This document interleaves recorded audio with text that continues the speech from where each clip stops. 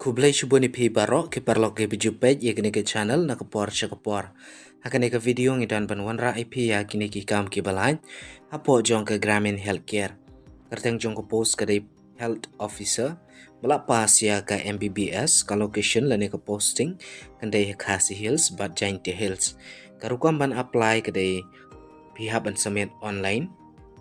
Kelas date ban apply ke Laipuai trek Julai hajar penreu. Ki bukwa ban apply na ke bentai kini ki post. Semua bahaban dapat ya kini ke video na do basdang hadu bandukut. Kenang ba pintip ki eki kerdan pulih ki beran kam bat kam tamah ke baidai bat kumno kerukam ban apply. Ki berang temai kini ke channel sumpah menda subscribe. Kenang ba piniyok jing pintip ki bedai bat ki kam ki balai apok ki district per ki beran apok jong ke Meghalaya.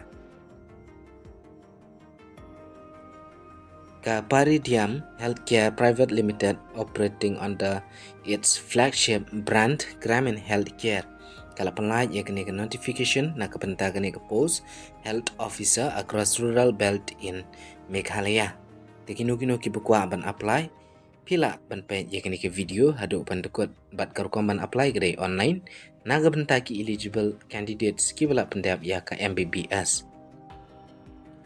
Key recruitment details ka organisation name kanlong Paridhan Healthcare Private Limited Gramin Healthcare.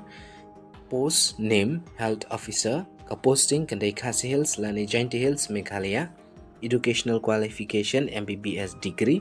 Experience required. Shisnam haduk sansnam ka selection process kanlong ha ka rolling basis ha ka online lani offline interview ka application mode kadai online lingba ka Google Form. Bat ke email CV. Ka last date ban apply ke Laipuai trek Julai hajar penreu. Kerdan pulih dan kam. Kedai ban pendap ya ke MBBS degree ka boleh tu dah ke institute lana university ke experience shisnam haduk sansnam ha ke clinical or medical experience. Strong leadership qualities and high organizational skills are required.